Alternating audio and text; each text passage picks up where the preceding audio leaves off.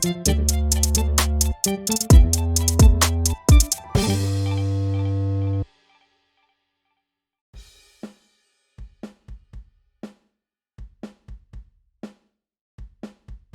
two, one. Yo guys, so welcome to the BSP, where today we'll be talking about balancing the digital age as a student. Now, a question I want to leave you guys with throughout today's podcast, and a question that I just kind of want you guys to contemplate throughout the podcast and even beyond this podcast as well. Are handwritten notes better than digital notes? So in today's podcast, we're going to be looking at the intersection between technology and education, right? And today is brought to you by the BSP, hosted to you by myself, Joseph, final year M-Pharm student, and great news in fact, pursuing my pre-registration year as a trainee pharmacist at GSK! Yes, thank you guys, thank you, I really do appreciate it. Yeah, so it's a GSK research and development, and big pharma, something I'm really excited really excited about. I'm really looking forward towards And I'm Vihash. I'm currently a sixth form student who's taken maths, biochem and geography, and I hope to get into university to study medicine in the future. Yeah, man. Good luck. But Thank you. Without further ado, today's podcast, we're gonna be really having a deep dive into the world of technology in education, particularly modern day education, from iPads and laptops to AI-powered tools. We'll uncover the pros and cons of the digital revolution in education.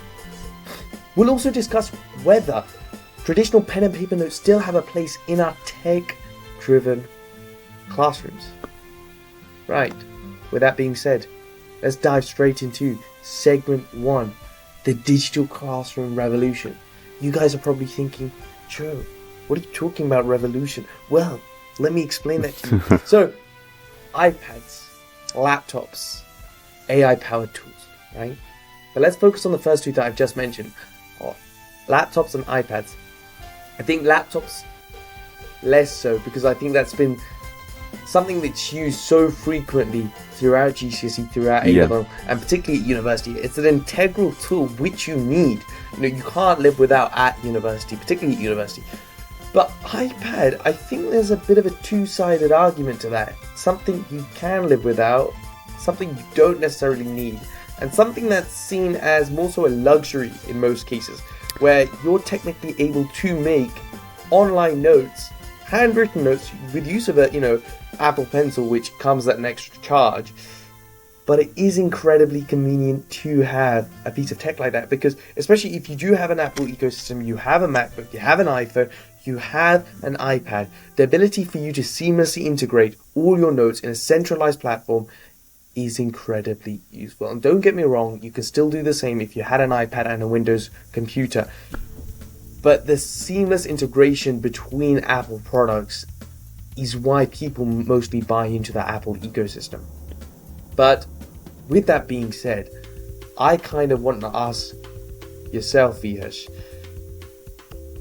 if you could explore the benefits of using digital textbooks and resources, and possibly how it is the use of an iPad could be useful. Yeah, so the main ways that I know a lot of students, majority of students, use technology is through, like you've said already, iPads and laptops.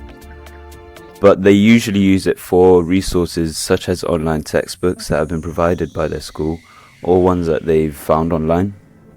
And another one are major resources such as Quizlet and Notion, which we will be exploring later on, to their advantage when it comes to studying, because those have got really powerful tools that allow you to access it from anywhere, and all sorts of things that normal traditional methods of revising might not give you.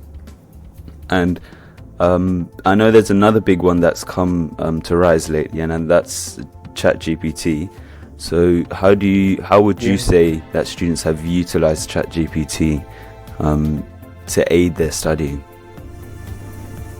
I think in many different respects. Firstly, like, there's such a breadth and depth to the use of AI-powered tools, particularly ChatGPT, and the application of that at education, or in education for that matter. One thing I would say ChatGPT has incredibly aided me is firstly being able to give ChatGPT a paragraph, right? And this could be any paragraph, but something on the lines of what it is that I'm studying right now.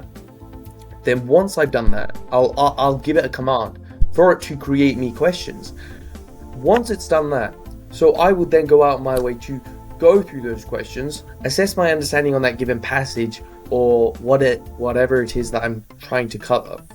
And then once I've done that, I then ask ChatGPT to then give me the answers, to then compare what it is that I've come up with against the questions it's asked me, against its own answers. And it's a really good way to tether between the two, because number one, the efficiency in using AI powered tools is huge. I think it's dramatically reduced the time required for me to create questions from a given passage, which is incredibly, I guess there's two sides to it.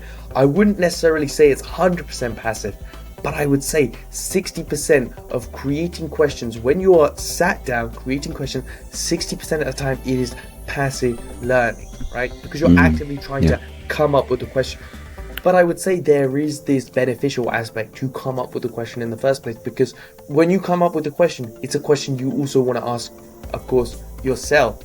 When you get somebody else to create a question for you, it's unbiased.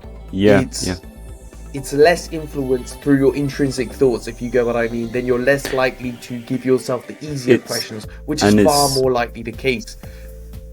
And it's also a way for you to, like, it's also a way for you to really iron out on any things that you might have missed, or any things that you might have overlooked.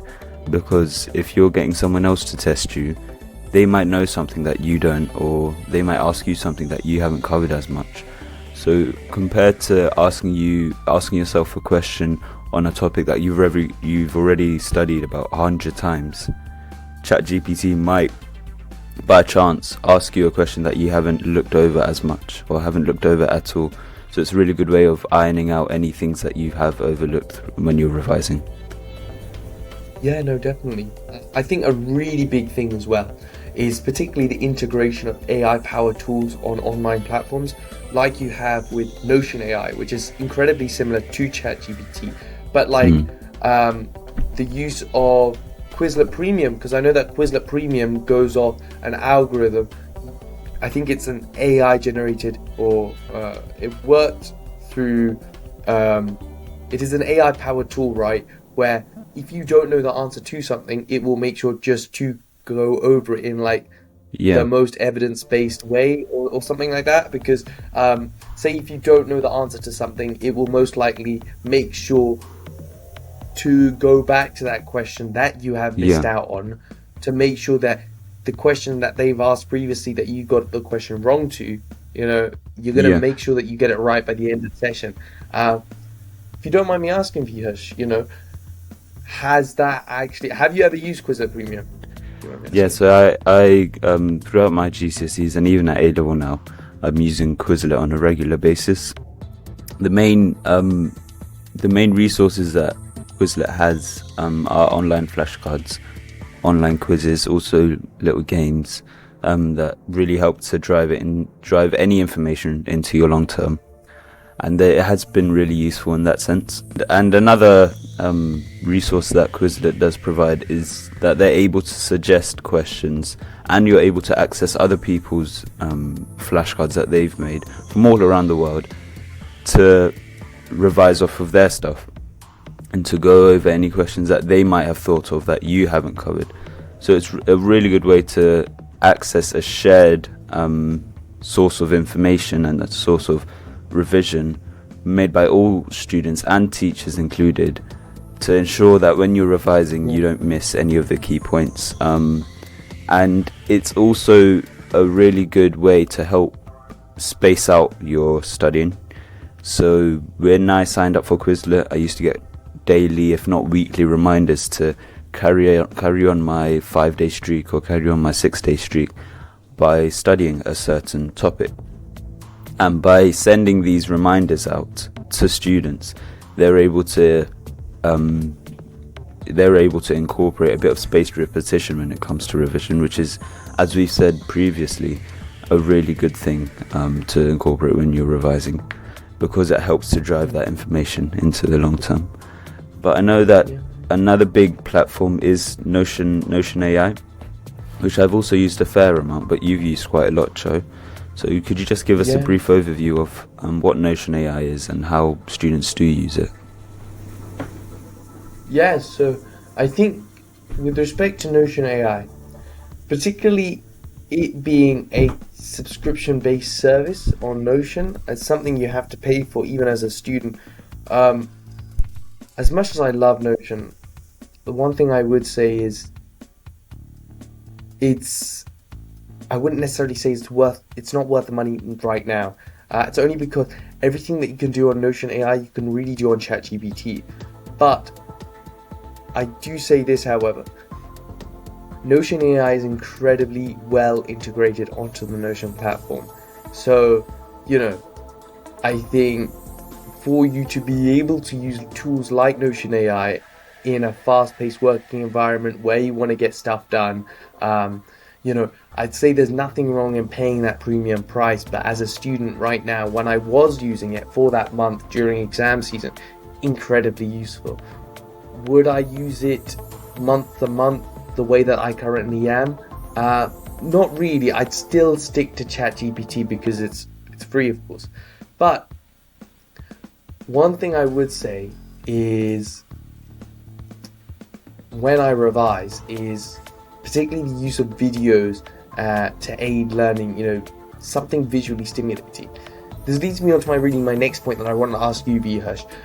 Throughout GCSE and going into A-level, how have you used videos to aid learning, aid revision? Yeah, so videos are a really big way for students to reinforce their learning or reinforce the content that they didn't really understand during classes, which is a big way that I've used it. So when I would come back from classes where I didn't really understand the content, I would go home, type the topic up and watch a couple videos all on that same topic, and make sure that my notes at the end of the day were fully covering the topic, fully covering all of the content that I need to know. So it's a really good way of stimulating self to remember stuff and understand stuff. And the big ones out there are YouTube channels like Free Science Lessons, which I know a lot of GCSE students used, and Cognito, because the way that they go about teaching the content is very visual, which is a big thing now when it comes to using online resources. Yeah. I think you couldn't really put it any other better way, to be honest. But I think that kind of really rounds off, segment one, the digital classroom revolution, revolution, from talking about iPads and laptops, right? Particularly iPads in today's society, because I think it's more trendy than it is ever before, particularly at university. Yeah. And I think this is a whole other topic of its own. When you get to university, Viharsh, one thing you will see, the MacBook Flex. Boom! They whip out the MacBook, you see the logo, the drip is crazy. I love MacBooks. I would get a MacBook, alright, if I could, but the MacBook craze and flex at uni is crazy, okay? To be honest, I have nothing wrong with people who use it, but it's a lot of money. It's a lot of money. Okay? Yeah. It's like 1.2k for I don't know. It's a lot, alright? Also, again, there's nothing wrong with that. Yeah, would it be something you want to carry around with you all the time? Is there not a risk of them losing it or damaging it? I think that comes with anything really. Even with my laptop. My laptop's like 5 500 quid, but like there's also a risk of me losing it or breaking it because it's a pretty large laptop. Mine's at around 15.6 inches. Then most base range MacBooks come at around 13 inches, slightly smaller, but they are well built, really well built, and they are built to last. So when they do buy something, it does most likely last the whole length of medical school, for example. But in my case, I've had my laptop as well since the beginning of year 1, and I'm in year 4 right now. So, you know, it's a mix, I guess, at the end of the day. But yeah, no, it's really how you guys want to go about it. But yeah, this is something I just kind of want to raise, to be honest. The flex of Apple technology, particularly at university, is crazy. The international students, oh my god, that's crazy. Anyway, but yeah, like we've previously spoken about, you know, the use and benefits of online resources is incredibly useful. Particularly the use of online textbooks is pivotal now more than ever before. You know, Yeah. I think there's a bit of what's known as mixed learning at university we have nowadays, where we have those online lectures, where we have those face-to-face lectures as well.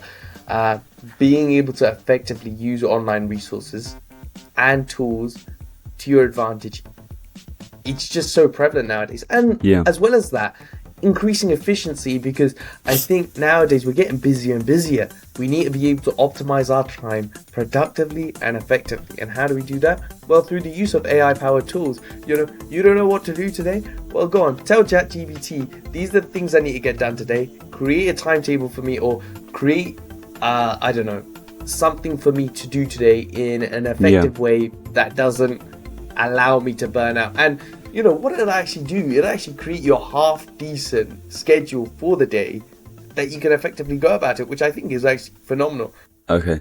Well, in segment 2, in the second segment, we will be taking a closer look at the disadvantages and the advantages of everything we've said before, but also just technology in general. And while there are like really good and clear benefits that technology has when it comes to revising, there are also some drawbacks that I think people should be made aware of, just in case. So if we go straight in, straight off the bat, the biggest advantage that technology has is the fact that it's visually stimulating.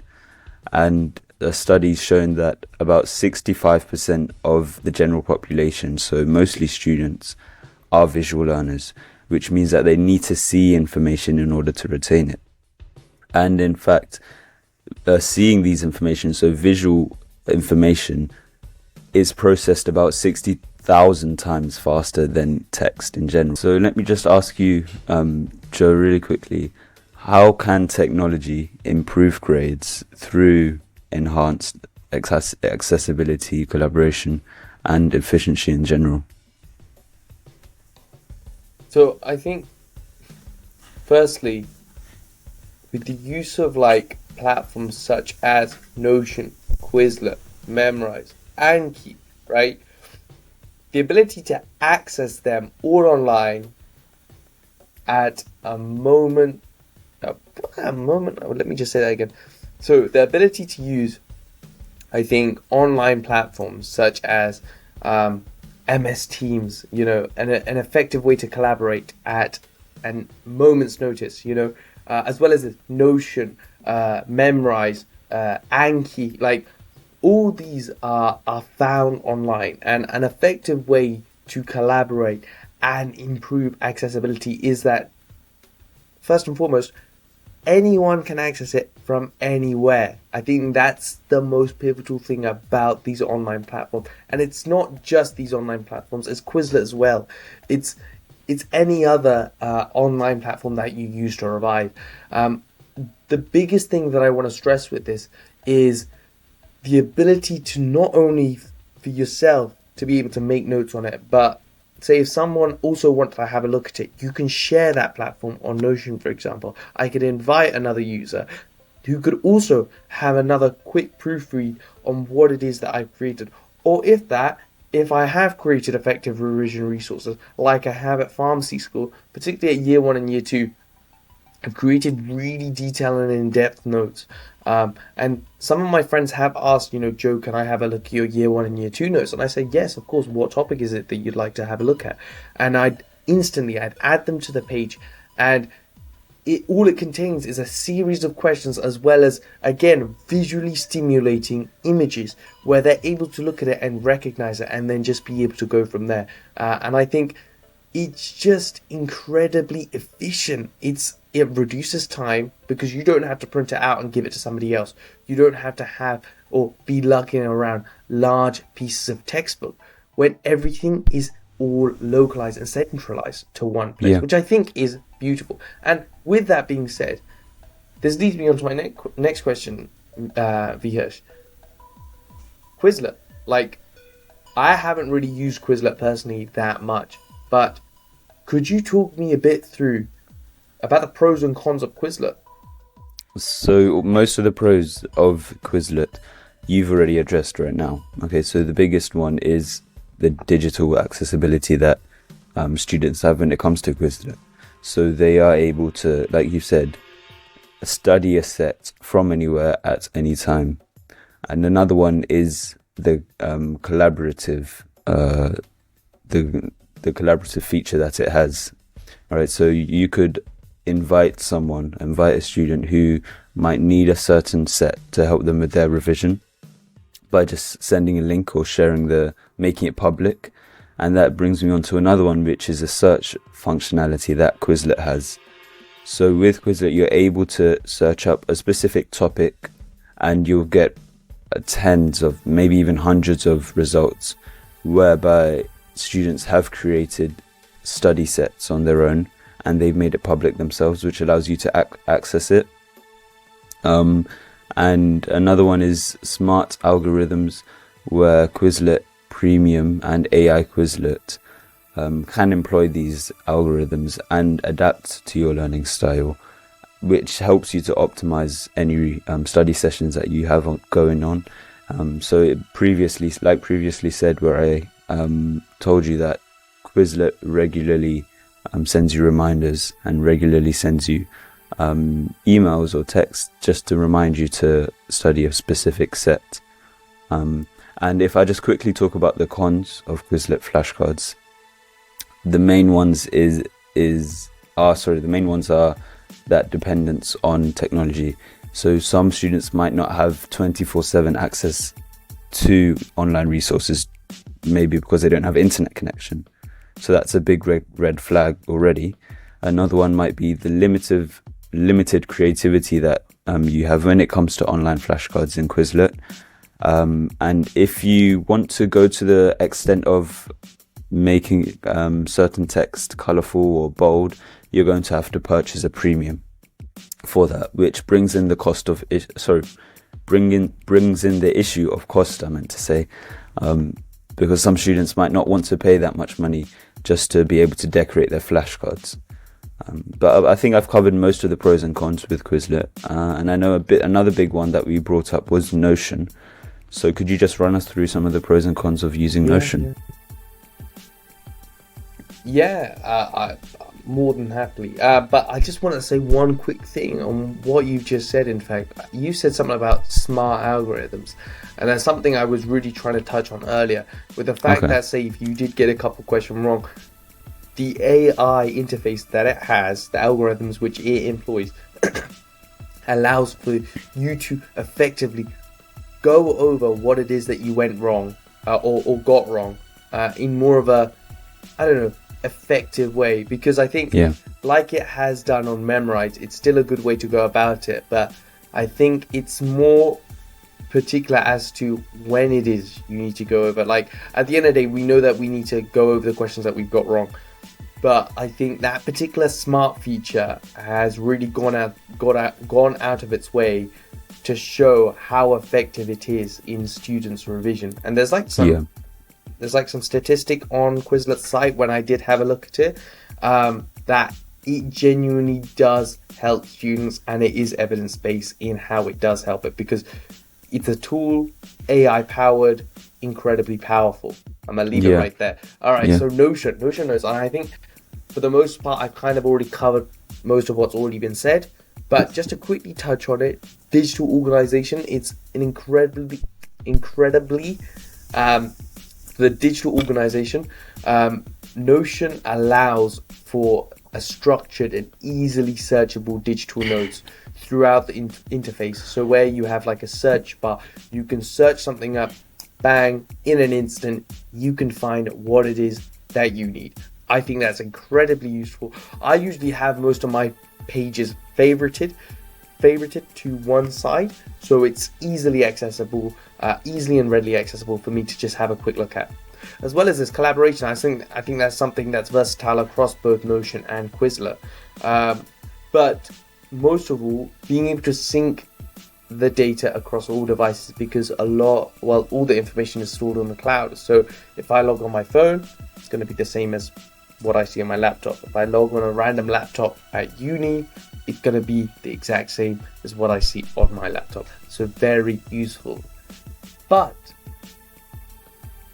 although it has so many pros, it does have cons as well. I think it might take some effort for people to get used to using Notion.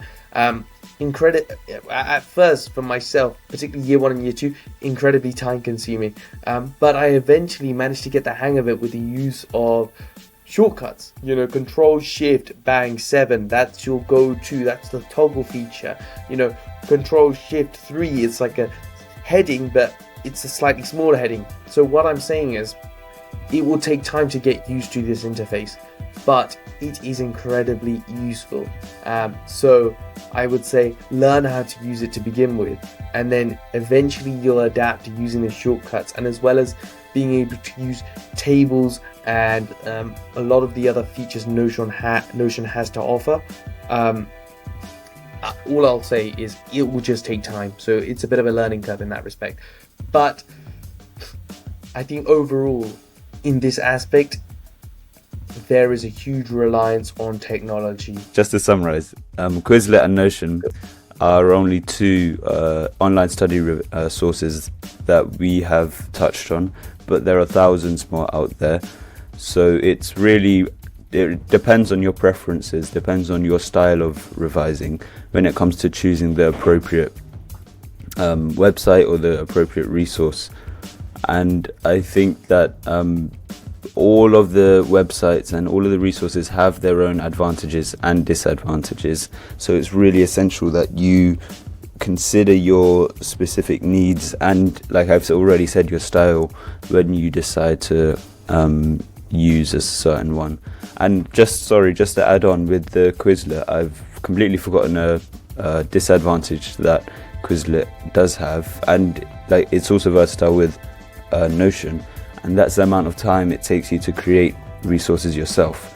So when I was creating Quizlet flashcards, it would take me at least 2 to 3 hours just to create those flashcards. So that might be another factor that you want to think about when you're choosing your resource. How long does it take you to create what you want to create, and is that good enough? Is that time worth it at the end of the day? Are you going to be using it for more than that, or are you just going to be using it once and dropping it? So, moving on to segment 3, the case for pen and paper. Let's switch gears a little bit. Let's talk a bit about the age-old method of taking notes with pen and paper.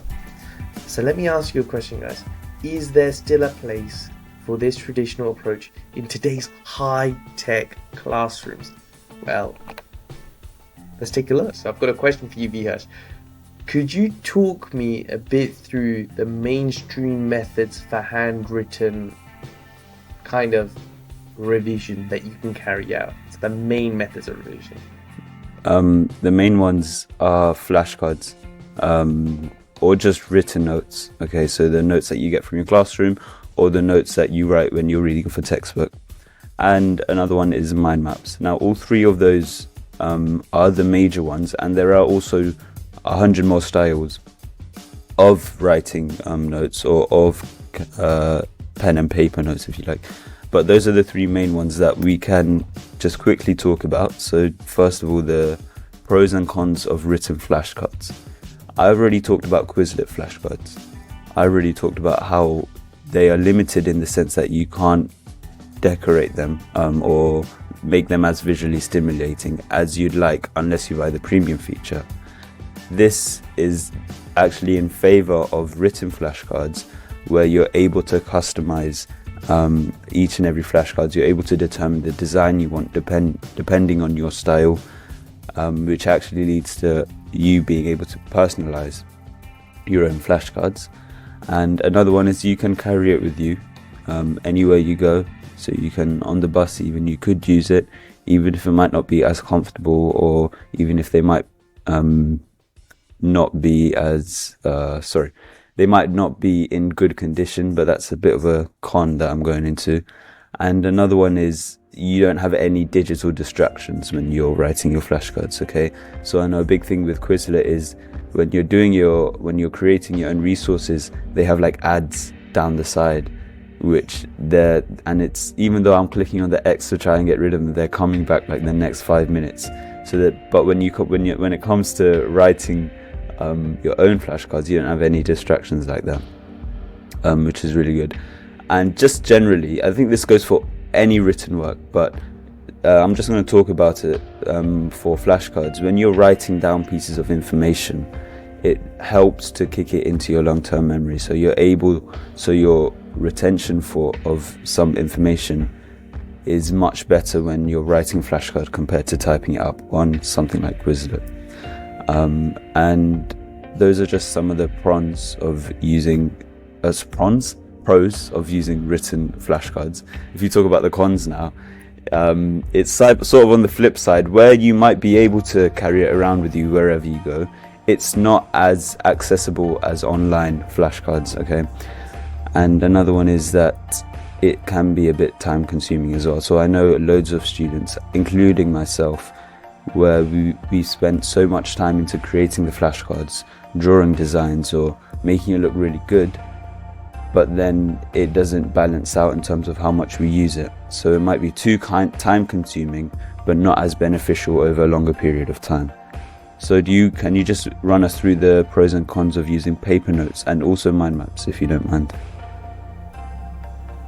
Yeah, sure. So I'd say, particularly with paper notes, let me simplify it in this respect, particularly the pros, okay? So it's tangible.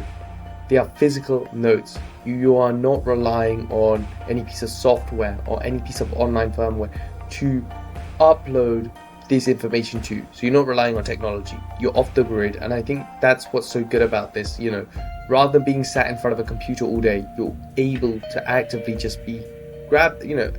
able to just grab a pen and just start down writing, or just straight up, even from a textbook. The ability for you to be not so reliant on technology is incredibly important as a student, because I don't think it's necessarily that important, but I think it is still, there's a degree of importance still involved with that, because let's say you're in your exam, you're not really using technology in that sense as well, but I think having that balance between the two is incredibly important. There we go. As well as this, handwriting benefits. You're gonna have really nice handwriting. I think if you're doing it often enough so that you're actively making notes, handwritten, you want it to be aesthetically pleasing, so you have that handwriting benefit, which is going to be improved, and also shows evidence. There is evidence out there to show that it can also help with memory retention. If you are writing out the notes, like you've said, writing out flashcard notes, it helps with memory retention, because I think it's part and part, a passive and active process, combined into one, but it would depend how you are actively going about it. So something very important to keep in mind. No digital distractions. I think that's another really big thing. The fact that you're not going to have a notification that's going to pop up on your laptop while you're going to be doing some work. That first of all, you're not using your laptop whatsoever. You're going to be using a piece of paper that's going to be right in front of you, as well as your revision guide. The ability for a notification to pop up could just steer the direction of today's revision, and I think that's in my revision as well. All it takes is like a cheeky notification on an Outlook. Someone sent me an email about so and so thing. Joe, can you have a look at this? Or or look at this Deliveroo, you know, and then my sudden craving for getting takeout food is almost instant. I'm thinking like, you know what, I think it'd be far more beneficial if I just get that takeout food and do my revision later. Yeah. You know, so there's kind of really two ways to go about it in that sense. Yeah, and another one is with. Sorry, I don't know why I interrupted you then. I didn't mean to interrupt you there. I was just agreeing. I was wondering. Nah, it's okay. Bro, I was just agreeing with what you're saying. Oh yeah. No problem. And like some of the cons with this, like, you know, like myself, I have a lot of paper-based notes that I like to take around with me. But the con with this, like, this is incredibly useful. Like, I just want to show you guys quickly. Can you guys see what it is? Like, oh yeah, now we can. Yeah. So this is the RAAS, the renin-aldosterone-angiotensin system. How ultimately ACE inhibitors work, or how you can naturally lower blood pressure or increase blood pressure for that matter through this system. It's incredibly important how I've gone about, you know, revising, particularly at pharmacy school, and like how I've kind of like made out my notes. Okay. I'll do a more in-depth video as to how it is that I've kind of done that. But to put it simply, particularly at year 2, I have used textbooks like this, fairly thick A5 textbooks, to actively write down the mechanism of action in different colors of certain medications and kind of localize them to groups. So kind of like a flashcard combination method with note taking, because I've gone with the approach that I want to have a minimal amount of information on one page, but also be able to effectively go through it, if you get what I mean. And I have a lot of these notebooks, so this is a really big disadvantage, because I want to take this with me everywhere I go, but there's a lot to take with me, and it's not that feasible at the end of the day. So again, you know, and there's also a risk if I lose this. Oh no, big trouble, guys. You know, I can't be losing this kind of information, you know, that's taken me hours upon hours to create. Like, look at this. I've used the whole book whole book pretty much. It's just plain paper, but I've written on this. You know, this is incredibly valuable information to myself. I can find this information anywhere, but because I've written it, it's easy to recognize. I've used it a lot, and it's incredibly important to me. And I'd say as well, the collaborative aspect of being able to use hard copy notes is very limited. I can give this to you, V-Man. Cool. How can I revise?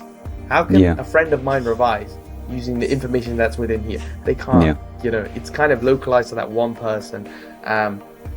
So there's a two-sided way about this, to be honest, at the end of the day. But yeah.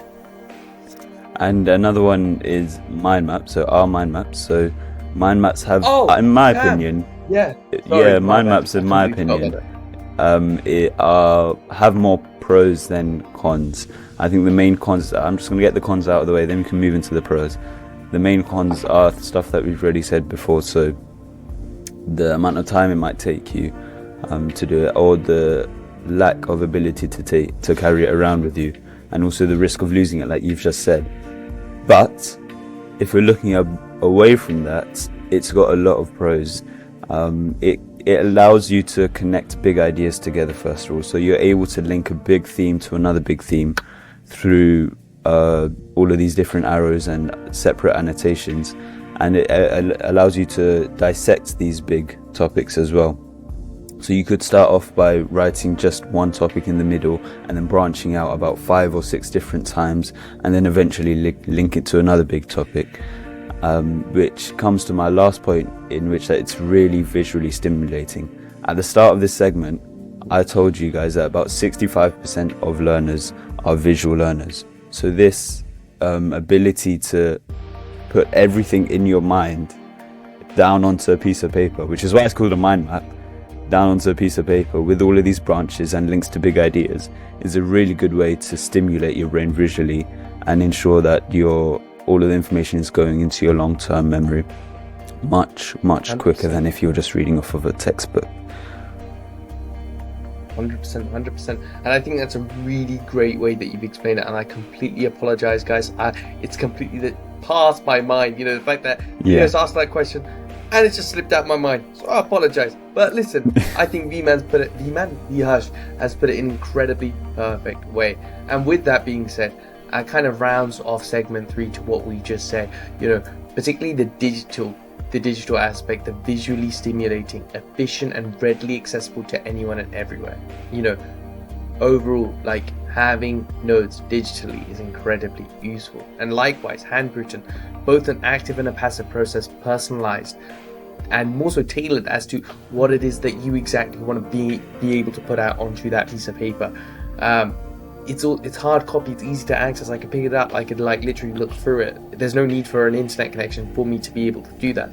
There's an argument also to be had about the use of offline notes, but that if you're looking at a perspective of ease and convenience, I think handwritten is always going to be up there, and it's something that I recommend everybody do.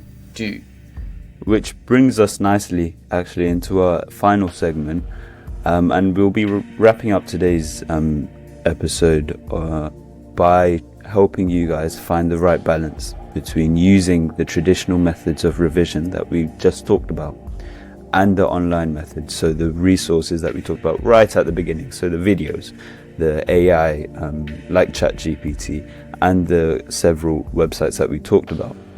So just first of all, Joe, I'm going to ask you to lead this on and talk about how students should go about integrating technology into revision while still using those traditional methods. Yeah, so I'd say, particularly at university, something where I've kind of tethered between the two. I'd say just a quick first point to begin with, don't say solely reliant on one form of handwritten revision or one form of online revision. I think it's a really good way to get a bit of, get the best of both worlds, because particularly as to, when receiving information from lecturers, even at GCSE, receiving stuff and resources from teachers at GCSE, A level, and at university, they tether between the two. They say, okay, we have an online PowerPoint for you to access. Okay, cool, but it's online. You can go out of your way to print it out, but it's that adaptability to that situation and say, okay, you have that online PowerPoint. Okay, you know what? I'm going to use my Notion notes in this case to upload it too. But again, you don't necessarily have to have a centralized place to keep anything and everything that you go over, because I have effectively gone about kind of piecing down the stuff that I need to cover written down. So say for example, the mechanism of action of drugs is something I really like to write down, and something that I want to do online, for example, would be more so the theory-based, ways that, say, a drug works. Kind of like the practicals that we carry out during pharmacy school. Very meaty practicals. A lot of articles are involved. So I kind of want to keep that in a centralized place along with those links. But as well as this, I want to be able to keep the questions that I ask myself actively online, because it's more so a very kind of, again, part and part passive and active process where I'm creating these questions online and using the toggle features effectively. But going back to what I've said, I think it's always best to get the best of both worlds. Going between your notebook, going between an online interface is incredibly important. This leads me on to a point where I want to ask you a question, Bima. Okay, Viaj, could you tell me briefly a bit about the kind of study tech sweet spot that you've had to get you through GCSE and what you're using at A-level? Sure, so the main way that I try to incorporate technology and the traditional methods of revising sort of came seamlessly. Okay, I know most students now in classrooms won't be able to escape from using technology. Okay, so the ability to use computers, laptops, like you've said, online PowerPoints. Almost every resource now is online. Okay, so you're able to access it from anywhere, anytime, and I was able to do that as well, which was a big benefit for me.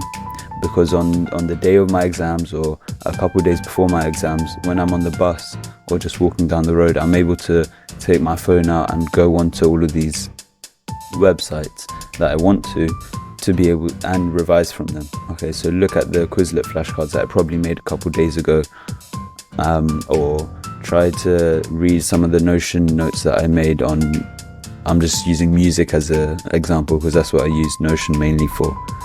And I think just having this, trying to integrate it with your everyday life, technology and just traditional methods is a really good way to for long-term memory retention. And I think the biggest way that I used technology, now I'm not going to lie, videos for me, online videos came into clutch when I was trying to revise, not for my GCSEs, for my mocks. Okay, so last year when I was doing my mocks, I just realized that I didn't study a certain topic in chemistry. So I went online and I typed up on YouTube the topic that I wanted.